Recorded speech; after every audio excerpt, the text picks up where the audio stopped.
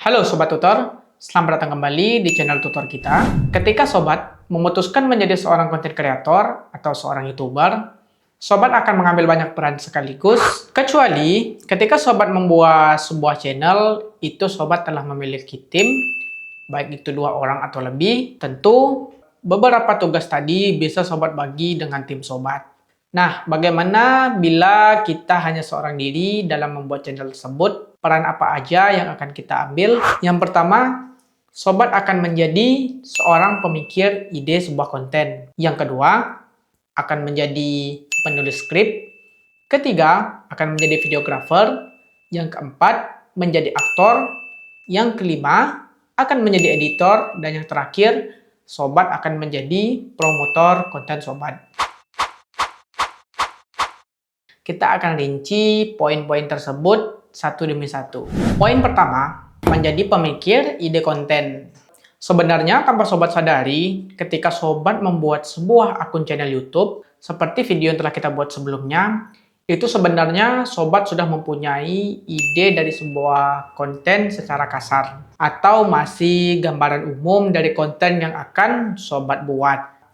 Tentunya kita butuh sebuah ide yang lebih rinci atau lebih mengkerucut untuk kita jadikan sebuah video dalam channel kita. Ada beberapa cara nih yang bisa Sobat ambil atau Sobat lakukan untuk mendapatkan sebuah ide konten. Cara pertama yang bisa Sobat lakukan adalah menggunakan pengalaman pribadi Sobat. Aku ada membuat sebuah channel. Ini channelnya.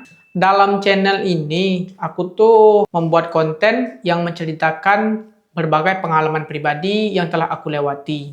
Jadi, sebuah hal atau segala hal yang pernah aku lakukan di masa lalu, baik itu hal yang positif atau negatif, aku ceritakan di dalam channel tersebut. Kalau pengalaman kita ada banyak, atau kita punya banyak cerita hidup, itu akan membuat kita memiliki banyak ide dalam membuat video YouTube. Kalau berhubung Sobat tidak memiliki banyak pengalaman, Sobat bisa pakai cara yang kedua, yaitu menggunakan pengalaman rekan Sobat sebagai ide dari konten Sobat. Kita tuh pasti memiliki 1 atau 2 orang rekan atau teman yang suka bercerita, baik itu pengalaman pribadinya, atau masalahnya, atau berbagai hal cerita yang ingin dia bagi kepada kita. Kalau sekiranya menarik dan berhubungan dengan ide dari channel kita, itu kita bisa jadikan sebagai konten kita, asalkan dengan tidak mencantumkan nama mereka tanpa seizin dari pemilik pengalaman atau pemilik cerita.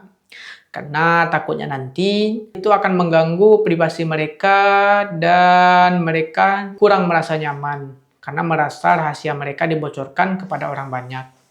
Jadi selagi tidak menyebutkan nama mereka, saya rasa itu tidaklah masalah. Karena ya dalam channel yang tadi, yang ini, di sana juga selain saya menceritakan pengalaman saya juga menceritakan pengalaman dari orang yang pernah bercerita kepada saya atau dari orang yang pernah saya lihat atau saya saksikan sendiri kejadiannya seperti apa. Juga saya ceritakan di dalam channel tersebut. Pengalaman kita dikit, terus cerita atau curhatan dari rekan kita tidak berhubungan dengan channel kita. Terus bagaimana kita akan mendapatkan sebuah ide? Sobat bisa pakai cara yang ketiga, yaitu dengan cara melihat channel akun luar negeri yang berhubungan dengan tema kita. Kita lihat apakah sudah ada dibuat dalam bentuk Indonesianya, dan jika tidak atau belum, itu bisa kita jadikan sebuah referensi atau sebuah ide untuk channel kita. Selagi kita tuh tidak menjiplak 100% video mereka, kemudian kita download dan kita upload, mentah seperti bagaimana kita download, itu justru akan membahayakan channel kita, akan terkena copyright, dan channel kita bisa akan di-ban. Tetapi, jika video mereka hanya kita jadikan sebuah ide, kemudian kita amati, tiru, dan modifikasi, kita ubah dalam versi kita, kemudian kita edit, kita upload, kita jadikan ide konten kita, saya rasa itu tidaklah masalah. Kita contohkan, karena channel saya berhubungan dengan tutorial, kita cari akun luar negeri yang membahas sebuah tutorial. Nah, ini kan ada banyak tuh. Bagaimana cara membuat YouTube, bagaimana membuatnya di handphone, ada banyak konten yang tersedia. Kita bisa jadikan konten-konten ini sebagai referensi untuk channel kita, karena penontonnya juga lumayan banyak. Tapi saya rasa kalau untuk yang seperti ini sudah ada yang berbahasa Indonesia. Tapi tidak masalah. Kalau referensi ini membuat kita tertarik untuk membuatnya, bisa kita jadikan bahan untuk kita membuat video tadi. Kemudian, cara terakhir yang bisa kita pakai adalah kita meminta bantuan dari AI. Seperti kita tahu, ada banyak AI populer yang tersedia gratis saat ini. Kita bisa pakai salah satunya yaitu AI ChatGPT. Sobat pasti sudah tidak asing lagi dengan AI ini karena kita sering dengar, bahkan mungkin kita sudah pernah memakainya. Sobat bisa cantumkan prompt seperti ini ke dalam AI-nya. Buatkan saya ide konten YouTube dengan tema traveling ke hutan untuk 10 video yang saling berkaitan.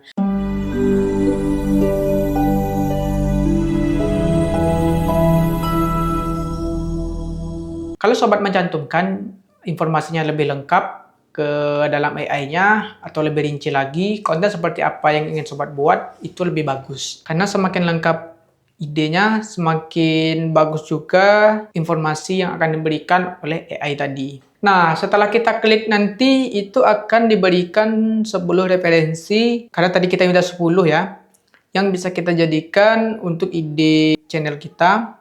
Kenapa aku buat saling berkaitan? Supaya nanti kita dalam membahas satu video dengan video yang lain, itu bisa saling mempromosikan antar video yang kita buat. Video pertama kita telah jadi, kemudian ketika kita hendak mengedit video kita yang kedua, dalam video kedua tadi itu, kita akan bisa memancing penonton untuk menonton terlebih dahulu video yang telah kita upload.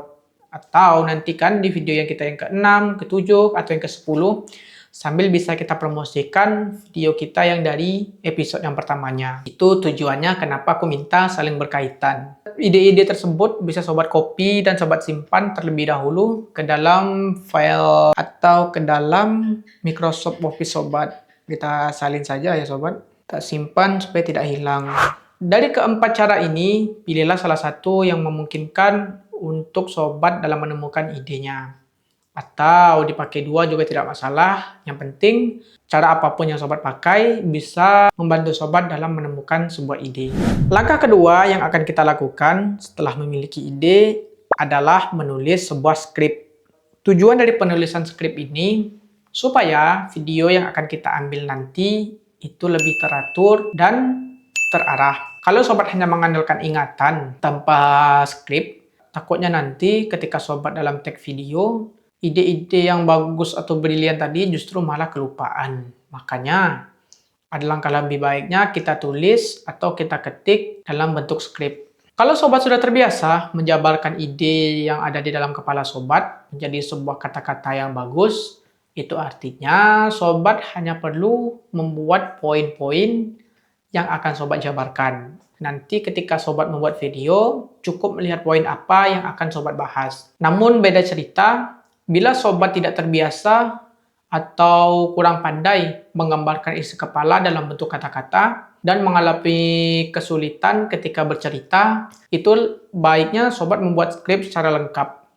Tapi tenang saja, sobat tidak perlu khawatir karena kita sudah dipermudah dengan bantuan dari adanya AI. Kita bisa minta bantuan lagi kepada ChatGPT tadi untuk menjadikan ide kita menjadi sebuah skrip. Kita kan sudah ada nih 10 ide untuk dijadikan konten. Sobat pilih salah satu dari ide tadi untuk menjadi sebuah skrip. Andai kata sobat akan membuat seluruh ide tersebut menjadi konten, maka sobat mulai dari episode 1. Sobat bisa masukkan lagi prompt seperti ini ke dalam ChatGPT-nya. Tolong buatkan episode satunya menjadi sebuah skrip yang lengkap untuk durasi video 15 menit dengan bahasa yang santai dan mudah dipahami penonton. Kalau bahasa yang kita pakai dalam membuat konten itu mudah dipahami oleh calon penonton kita, itu juga akan membuat mereka nyaman dalam menonton video kita. Kalau sebaliknya, bahasa yang kita gunakan agak kaku dan seperti robot, atau mungkin menggunakan istilah-istilah yang tidak familiar dengan orang-orang, itu malah akan membuat penonton kita kabur sebelum selesai menonton video kita. Seperti yang bisa sobat lihat, itu lengkap diberikan oleh ChatGPT-nya dalam visualnya ataupun kata-katanya. Di menit 0 sampai 45 detiknya apa yang harus kita lakukan itu sudah diberikan oleh AI lengkap sampai ke menit 15-nya. Kalau sobat ketika sendiri juga bagus dengan menjadikan konten yang sudah ada di YouTube sebagai referensi juga tidak masalah. Itu lebih bagus sesuai dengan kemauan yang sobat. Yang penting yang mana nyamannya aja untuk sobat pakai.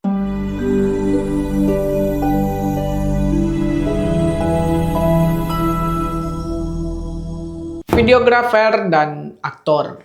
Jenis konten itu kan ada dua, sobat. Menjadi konten seperti ini, saya sebagai aktornya langsung menjelaskan cerita atau ide apa yang saya bagikan, atau konten yang faceless yang menampilkan visual gambar dengan kata, musik, atau konten yang mengclipping dari video-video orang lain dijadikan satu. Kalau untuk ide yang kedua, sobat tidak perlu menjadi videografer dan tidak perlu menjadi aktor. Namun untuk yang pertama, yang menjadikan sobat sebagai aktornya langsung, itu sobat akan menjadi videografernya sekaligus. Sobat akan mengatur angle kamera yang bagus itu seperti apa, lighting atau cahaya yang bagus untuk video sobat itu seperti apa, dan ruangan atau tempat yang ingin sobat pakai itu bagusnya seperti apa. Itu yang akan sobat lakukan ketika menjadi videografernya. Kalau sobat ingin minta bantuan orang lain, ya juga tidak apa-apa. Kalau misalkan sobat sudah pede dan tidak malu, ketika dalam perekaman video berani berbicara di depan kamera, berani dilihat orang lain, tidak apa-apa meminta bantuan orang untuk merekam sobat. Tapi sekarang ada banyak cara yang bisa dilakukan.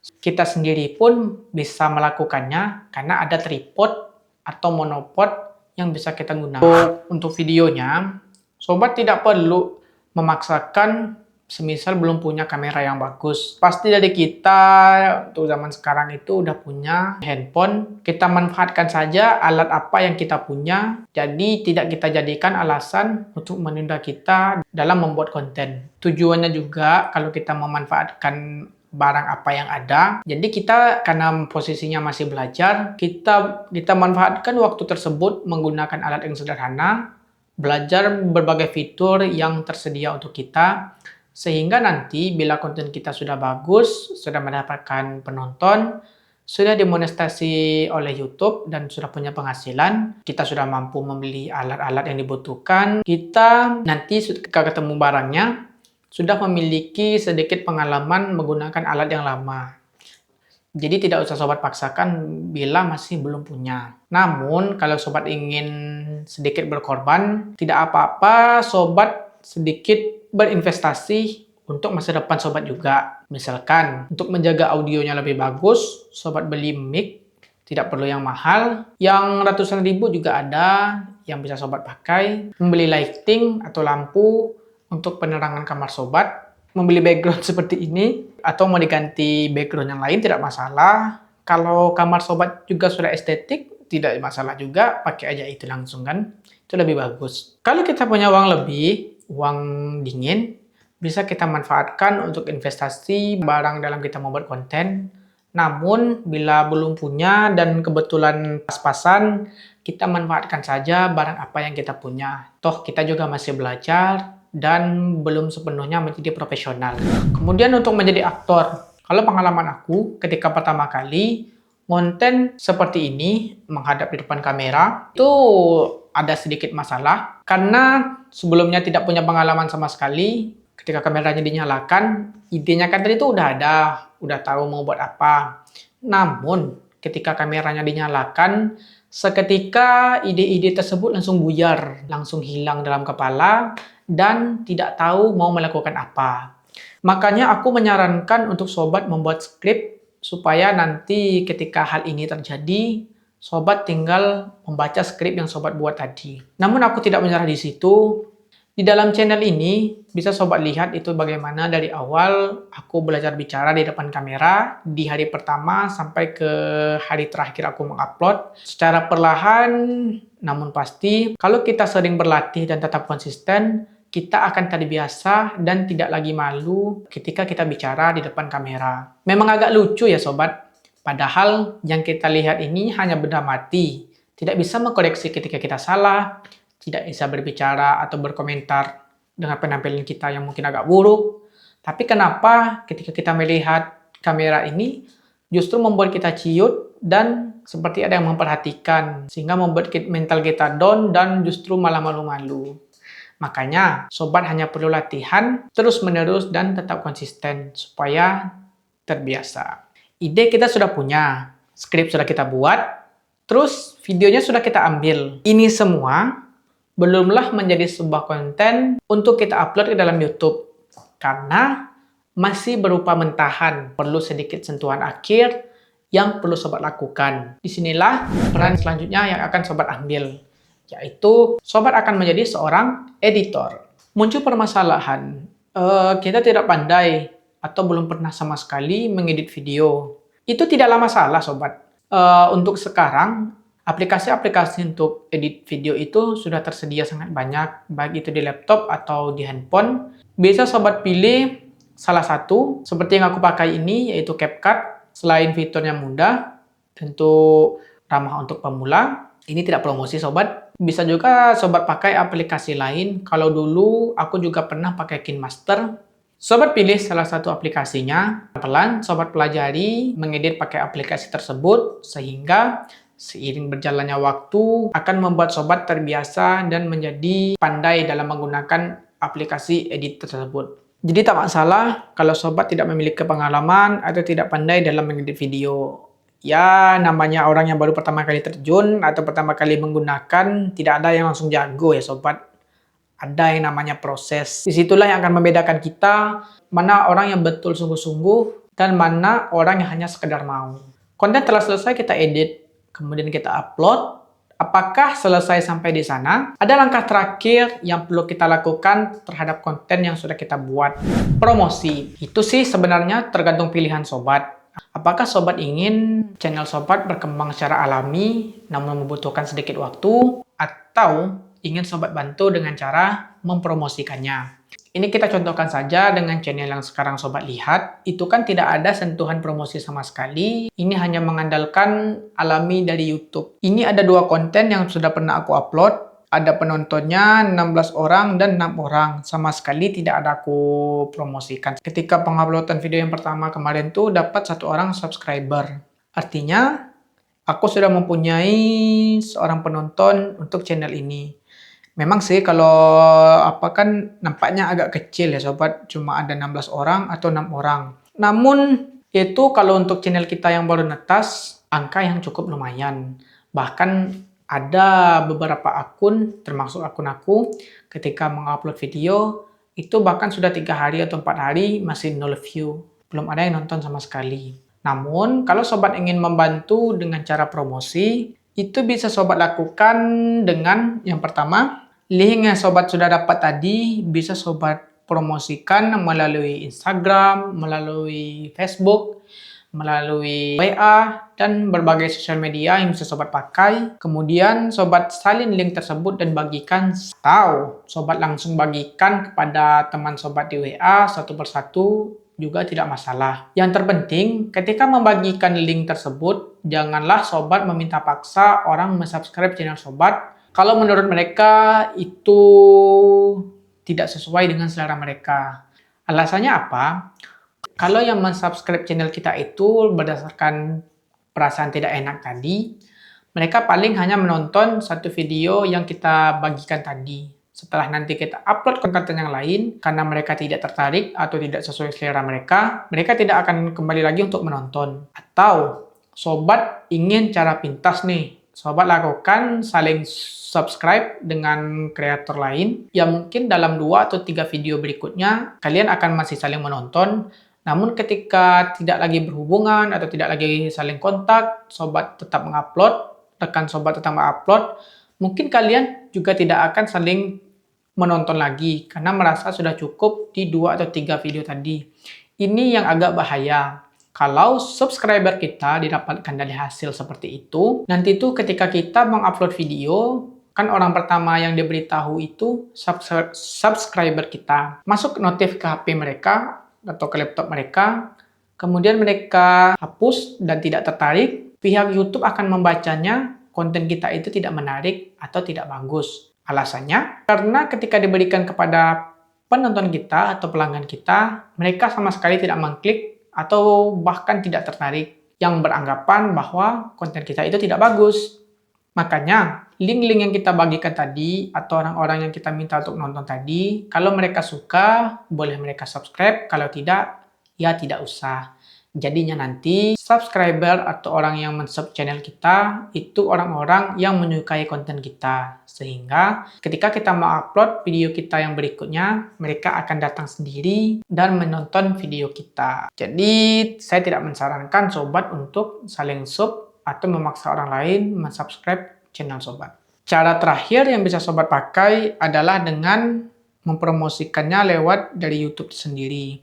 Nah, ketika sobat lihat di opsi tadi, itu ada pilihan promosikan. Saya pernah coba untuk channel saya yang tadi, ada kendala lain. Yang pertama, itu berbayar. Yang kedua, saya belum tahu efeknya terhadap channel kita itu kedepannya akan seperti apa. Itu kan saya coba untuk satu video saya promosikan secara berbayar. Kalau waktu itu anggarannya 20.000, tapi kita ada minimal top up-nya kalau kemarin itu 100.000. Untuk detail lengkapnya boleh saya buatkan nanti kalau sobat pengen tahu. Nah, apa namanya? Itu kan kita buat pilihan. Video kita dipromosikan selama minimal tuh 4 hari. Memang yang tadinya 0 view, estimasi penontonnya kan ada sekitar 100-200. Dan di video itu dapat 100 orang penonton dan 27 orang subscriber. Tapi saya juga tidak tahu apakah yang men-subscribe tadi itu betulan manusia atau justru malah bot. Tadi itu berbentuk iklan dari YouTube. Jadi orang yang memencetnya kan salah pencet, lupa di unsubscribe. Untuk sejauh ini efek yang saya rasakan ketika saya mengupload video yang baru malah 0 view-nya sobat. Tidak ada sama sekali yang menonton. Untuk cara yang ketiga ini mungkin belum saya sarankan buat sobat ataupun buat saya pribadi. Nah, itu dia beberapa langkah atau beberapa peran yang akan sobat ambil ketika sobat menjadi seorang YouTuber atau content creator di YouTube. Memang akan lebih banyak atau lebih dari itu ketika sobat akan mempraktekkan langsung menjadi seorang YouTuber. Namun tidak usah dipikirkan atau bahkan dijadikan beban oleh sobat. Jalani saja semuanya secara alami, secara perlahan, dan dinikmati. Juga tidak membuat kita stres. Bahayanya nanti sobat, kalau kita sudah stres, itu akan menutup sebuah inspirasi yang mungkin aja bagus untuk video kita.